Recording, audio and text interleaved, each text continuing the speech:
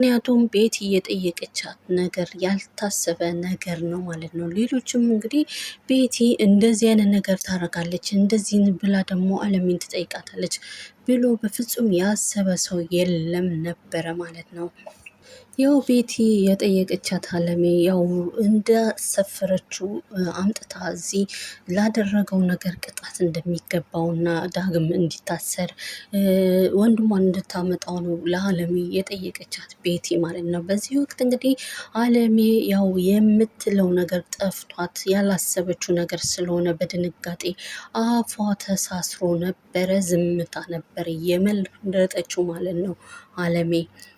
ቤቲ በበኩሏ ያው የአለሜ ዝምታን በየች ወቅት ያው ጥላት ወደ ቤቷ ሄዳለች ማለት ነው። አለሜ በበኩሉ የጠየቀቻት ቤቲ እንግዲህ ግራና በጣም የሚያስጨናንቀን ነገር እና ያላሰበችው ነገር እንደሆነ ዱብዳ ስለሆነባት ይህንን ነገር ጊዜ እንደምትፈልግና ጊዜ አስባበት ይህንን ነገር እንደምትወስን ነው ለነ ናቲ እየነገረቻቸው ያለችው። ማንም ሰው እኔ አስቤ ይህንን ነገር እስከማደርገው ድረስ ማንም ስለዚህ ጉዳይ እንዲያወራብኝና እንዲያነሳብኝ አልፈልግም። ራሴ አስቤ ራሴ እወስናለሁ ብላ እያስጠነቀቀቻቸው ነው ያለችው።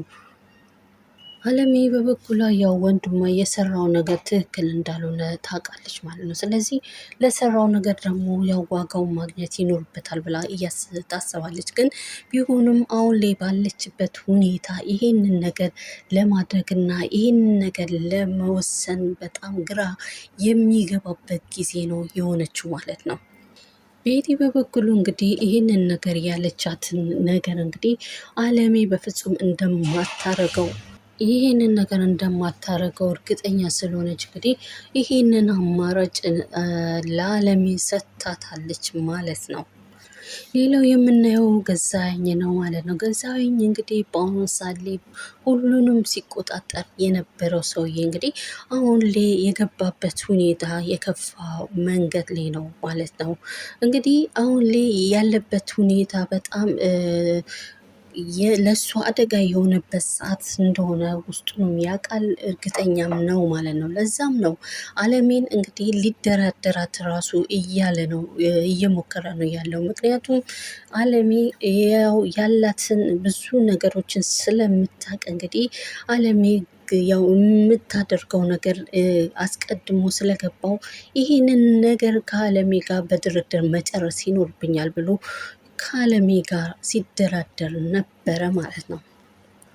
አለሜ በበኩሏ እንግዲህ እኔ የምፈልገው ሀብትና ንብረቴን ነው፣ ሌላ ነገር ምንም ነገር የምፈልገው ነገር አይደለም፣ ይህንን ነገር ካላደረግ ደግሞ ብላ እያስጠነቀቀችውና እየዛተችበት ነው ያለችው ማለት ነው።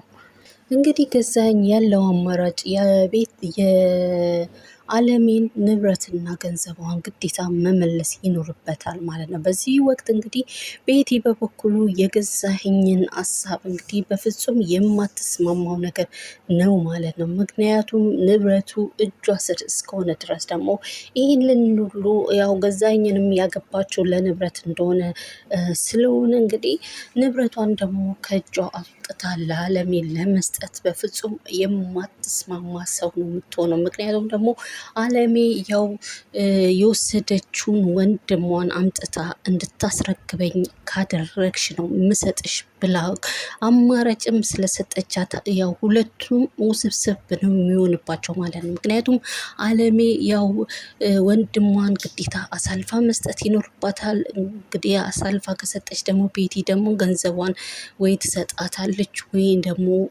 ላትሰጣት ትችላለች። ይህን ደግሞ ወደፊት ምን እንደሚሆን አብረን እያየን እንመጣለን ማለት ነው። ገዛኸኝ በበኩሉ እንግዲህ የአለሜ ጉዳይ በጣም ስላስጨናነቀው ቤቲ ደግሞ ያው ይህንን ነገር ስለማታደርግ እንግዲህ እኔ ምንም ነገር ያው እኔ ያለውን ንብረቷንና ገንዘቦቿን ወደ ቤቲ ስላስተላለፍኩት ከቤቲ እስከምቀበላት ድረስ እና ለእጇ እስከምሰጣት ድረስ አለሜ ምንም ነገር በሌሌ እንዳታረግ ያዝልኝ ብሎ እንግዲህ ለናቲ ሲነግረው ነበረ ማለት ነው። ናቲ በዚህ ወቅት እንግዲህ ገዛኸኝ ያለውን ነገር በጣም ማመን ነው ያቃተው ማለት ነው። በጣም ነው እየደነገጠው። ምክንያቱም ከገዛኸኝ እንደዚህ አይነት ነገር መስማት ራሱ ትልቅ ነገር ነው ማለት ነው። ምክንያቱም ገዛኸኝ ከዚህ በፊት የምናውቀው ያው ደፋርና ለሰው የማይራራ ጨካኝ ሰው መሆኑን ከዚህ በፊት እናውቃለን። ብዙ ወንጀሎችም ብዙ ፋይሎችም እንዳሉበት ያው አለሚን ፋይሎችን ስለምታውቅ ይህንን አሳልፋ ትሰጥብኛለች በማለት እንግዲህ የሚፈራው ነገር ስለሆነ ማለት ነው። አሁን ላይ አለሜ ያው ያለችውን ነገር በፍራቻ ውስጡ አስገብቶ እንደዚህ ንብረቷን ለመመለስ ማለቱ ራሱ ያው የትልቅ የሚያስደነግጥ ነገር ነው ማለት ነው። ምክንያቱም በጣም እዚህ ጋር አሁን ላይ አቶ ገዛኸኝ የገባበት ጣጣ በጣም ያደረገው ነገር ያው አንድ ሰው ማንኛውም ሰው የሆነ ነገር ሲሰራ በኋላ ጊዜ እንደሚከፍለው አያውቅም። ግን የሰራው ስራ ግን በኋላ ራሱን እንደሚጎዳ ነው እዚህ ጋር እየተመለከትን ያለ ነው ማለት ነው።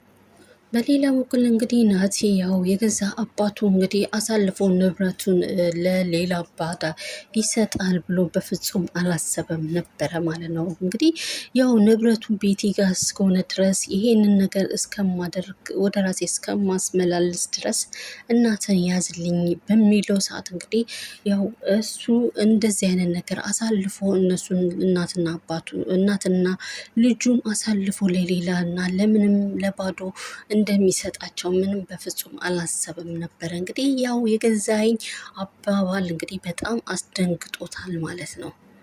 ናቲ በበኩሉ በፍጹም እንደዚህ እንደማያደርግ አንተ ጨካኝና ለእኛ ብዙ ነገር ሰርተናል፣ ለአንተ ለሰራው ነገር ዋጋ ማግኘት ይኖርብሃል እያለ ነው። ምንም ነገር ልረዳ አልችልም እያለው ነው ያለው ማለት ነው።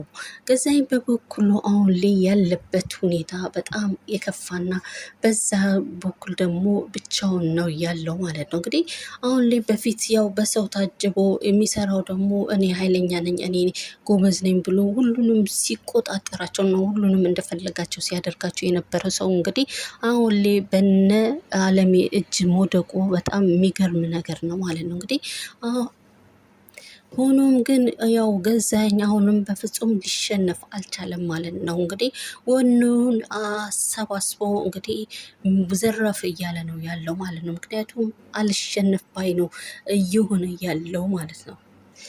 አለሜ በበኩሏ እንግዲህ ሀብትና ንብረቷ ያላትን ቅርስ በሙሉ እንግዲህ አሳልፎ ለቤቲ እንደሰጠ ሰምታለች ማለት ነው። በዚህ ወቅት በሰማችው ወቅት እንግዲህ በጣም ነው የተናደደችው ማለት ነው። በፍጹም ይሄንን ያደርጋል ብላ በፍጹም አላሰበችም ነበረ ማለት ነው። ይሄን ወርቆ እንግዲህ ለሴት አሳልፎ ንብረቴን ይሰጣል ብላ በፍጹም አላሰበችም ነበረ ማለት ነው። አለሜ በበኩሉ እንግዲህ ቤቲ ንብረቱን ያው ገንዘቡን በፍጹም እንደማትሰጣት ነው ውስጧ ራሱ እያመነች ያለችው። ምክንያቱም ቤቲ ያው ገንዘቡን በጣም ትፈልገዋለች። ለዛ ብላ እንግዲህ ያው ገንዘቡን በእጇ የገባውን ገንዘብ በፍጹም የምታወጣ ሴት አይደለችም ማለት ነው። ሌላው እንግዲህ ገዛኸኝ አሁን ላይ ያው ንብረቱን የሰጣትን ንብረት እንድትመልስለትና በዚህ ወቅት ነው እንግዲህ ለችግሬ ይሆናል ብዬ ነው አንቺ ጋር ያስተላለፍኩሽ። ስለዚህ አሁን አደጋ ላይ ነው ያለሁት። ስለዚህ ብሩን እንድታስተላልፊልኝ ፈልጋለሁ እና ብሩን ለአለሜ እንድመልስላት ፈልጋለሁ እያለ ቢነግራትም ቤቲ በበኩሏ በፍጹም ይህንን ነገር እንዳታስበው እያለች ነው ያለችው ማለት ነው። አሁን ላይ እንግዲህ ቤቲና ገዛኸኝ እንግዲህ ወዴት እንደሚሄዱና ምን ላይ እንደሚደራረሱ የምናየው ይሆናል። ምክንያቱም ገዛኸኝ ደግሞ በቀላሉ የሚለቃት ሰው አይሆንም ማለት ነው። ቤቲ በበኩሏ ያው ንብረቱን በፍጹም ልትመልስ የማትችል ሴት ነች ማለት ነው። ምክንያቱም ገንዘቡ ያው ለእህቷ መታከሚያ ብላ ያስቀመጠችው ነው ማለት ነው። በዛ ላይ ደግሞ ያው ገዛኸኝ ደግሞ ገንዘቡን ለአለሜ ሊመልስ እንደሆነ ስላወቀች ከአለሜ መሸነፍ እንደማትፈልግ ስለተረዳች እንግዲህ ገንዘቡን በፍጹም የምትመልስ አይደለችም ማለት ነው። እንግዲህ ያው ገዛኸኝ በበኩሉ ለቤቲ ያው እያስፈራራት እየሞከረ ነው ያለው ማለት ነው። ቤቲ በበኩሏ እንግዲህ እኔ በፍጹም አላደርገውም ይህንን ነገር እንዳታስብ እያለች ነው ያለችው ማለት ነው። ገዛይም በበኩሉ ይህን ንብረት ካልመለሽኝ ንብረቱ ምንም እጄ ላይ ካልመለሽ ያው ሞትሽን ተጠባበቂ እያላት ነው ያለው ማለት ነው። እሷ በበኩሏ እንግዲህ ገዛኝ አሁን ላይ ያለበት ሁኔታ ስለተረዳች እና እንደ በፊቱ ኃይል እንዳሌለው ስላወቀች እንግዲህ ያው ምንም አያመጣም በማለት እሱን ለመጋፈጥ እየሞከረች ነው ያለችው። ይህን ያህል ደግሞ ቤቲ መሄድ የለባትም። እሱን ደግሞ ይህን ያህል መናቅ አይኖርባትም። አንድ ነገር ለማድረግ እንግዲህ ሰውን ለማጥፋት ቀላል ነው ማለት ነው። ስለዚህ ቤቲ ራሷን አሳልፋ ራሷን መገፋፈጥ አይኖርባትም። የሰውን ንብረት እንግዲህ መመለስ ይኖርባታል ማለት ነው። ገዛኝ ደግሞ ያው ቤቲን እንዳለው ለመግደል ወደኋላ የማይል ሰው ነው የሚሆነው ማለት ነው። እንግዲህ እሷ በቀላል ቀለል አድርጋ ብታየው እንግዲህ አሁን ላይ ያለበትና ወደፊት የሚመጣበትን እያሰበ ስለሆነ እንግዲህ አሁን ላይ በብስጭት ውስጥም ስለሆነ እንግዲህ ይህንን ድርጊት በቤቲ ላይ ሊፈጽም ይችላል ማለት ነው። ምክንያቱም ያው አለሜ ንብረቷን በዚህም ሆነ በዛ ንብረቷ እንዲሰጣት ስለምትፈልግ ከዛ ደግሞ አሳልፎ ለቤቲ እንደሰጠ በሰማች ቁጥርም ይባስ ብስጩ ሁናበታለች ማለት ነው። ይህንን ነገር ስላየ እንግዲህ አለሜ በፍጹም የማትለቀኝ ሴት ስለሆነች ቤቲ ደግሞ የማትሰጠው ከሆነ እንግዲህ ያው ገዛኝ እንዳለው ቤቲን እስከ መጨረሻው ሊሸኛት ይችላል ማለት ነው። ገዛኝ በበኩሉ እንግዲህ ያለውን ንብረት ያው አለሜ ንብረቷን እንግዲህ ከቤቲ ያው አስገድዶም ቢሆን መቀበል ይኖርበታል ማለት ነው። ምክንያቱም ያው ከዚህ በፊት አለሜን እንግዲህ ሞታለች ብሎ ነው ሰርተፍኬት የሰራላት ማለት ነው። ይሄ ደግሞ በጣም ትልቅ ችግር ውስጥ እንደሚከተው ያውቃል ማለት ነው። ምክንያቱም የሰራውን አንድ ሰው ህይወት ያለውን ሰው ህይወት የለውም ብሎ እንዳወጣ ያው ራሱን ችግር ውስጥ እንደሚከተው በህግም እንግዲህ የከፋ ጥያቄ እንደሚደርስበት ፊት ለፊቱ ስለታየው ይህንን ነገር ያው በኃይል መጠቀም እንዳሌለበት ነው ውስጡን እያሳመነ ያለው። ምክንያቱም ከአለሜ ጋር ተስማምቶ አለሜ ያለችውን ነገር አድርጎ ይህንን ነገር ከስር ማምለጥ ይኖርብኛል ብሎ ውስጡን እያሳመነ ነው ያለው። ምክንያቱም ይሄ በግፊትና በኃይል የማይሆን ነገር ነው። ይህን የሰራው ነገር አንድ ሰው ህይወቱን እያለ ህይወት የለውም ማለቱ ራሱ በጣም በከባድ ሁኔታ እንደሚያስጠይቀው እያወቀ ስለሆነ አሁን ላይ ለዚህ ነው ናቲን እንግዲህ ያው ነገሮችን እስከማስተካከል ድረስ እናት ምንም ነገር እንዳታረግ ያዝልኝ ብሎ የጠየቀው ማለት ነው። ናቲ በበኩሉ እንግዲህ አባቱ ይህንን ነገር የሰራው ነገር በጣም ነው ያበሳጨው። በፍጹም የእናቱን ንብረት አሳልፎ ለሌላ ይሰጣል ብሎ በፍጹም ስላላሰበ ይሄ ነገር እንግዲህ ንብረቶቿን ይዞ መጠበቅ ይኖርበታል። እንዴት አሳልፎ ለሌላ ሰው ሊሰጥ ይችላል? በማለት በብስጩ ነው ውስጡ እየተናደደ ያለው ማለት ነው። እናም ናቲ አሁን ላይ እንግዲህ አባቱም በፍጹም እንዳየውና ያው አጠገቡ እንዲመጣ በፍጹም አልፈለገም። ድሮም እንግዲህ አባቱ አረመኔ እንደሆነና መጥፎ ሰው እንደሆነ ያውቃል ማለት ነው። አሁን ላይ ግን ይሄንን ደግሞ ሲሰማ የባሰ በጣም ነው አባቱ ክፉ እንደሆነና አረመኔ እንደሆነ ያወቀው ማለት ነው። በዛ ላይ ደግሞ የአለሜ ንብረት ማለት እንግዲህ የልጇ ንብረት እንደሆነ ነው። ምክንያቱም የአለሜ ንብረት የራሱ ንብረት እንደሆነ የራሱንም ንብረት የልጁንም ንብረት አሳልፎ ለሌላ ሰው እንደሰጠ ያው ውስጡንም ስላሳመነ በቃ እንደዚህ አይነት አባት እንዴት ብሎ ውስጡን እያሳመነ ነው ያለው ማለት ነው። አሁን ላይ እንግዲህ ገዛኝ ላይ ሁሉም ሰው ነው የወጡበት ማለት ነው። ምክንያቱም ያው የሰራው ነገር ክፋት ስለሆነ እንግዲህ ያው ለሰራው ነገር ደግሞ አሁን እየከፈለ ነው ያለው ማለት ነው። እንግዲህ ለዚህ ደግሞ ያው ከዚህ ውስጥ የምታወጣኝ ትሁት ትሆናለች ብሎ ስላሰበ ትሁትንም እንግዲህ በገንዘብ ኃይል አታሎ ያው ከቤቲ ጋር እንድትሆን አድርጓት ነበረ። እንግዲህ አሁን ላይ እንግዲህ እሷንም ይህንን ነገር ታስወጣኛለች ብሎ ቢጠይቃትም ትሁት በቀላሉ ያው ለገንዘቡ ብዬ አይደለም ብላ እንግዲህ በቀላሉ የምትሸወድና የምትታለስ ሰው አይደለችም ማለት ነው።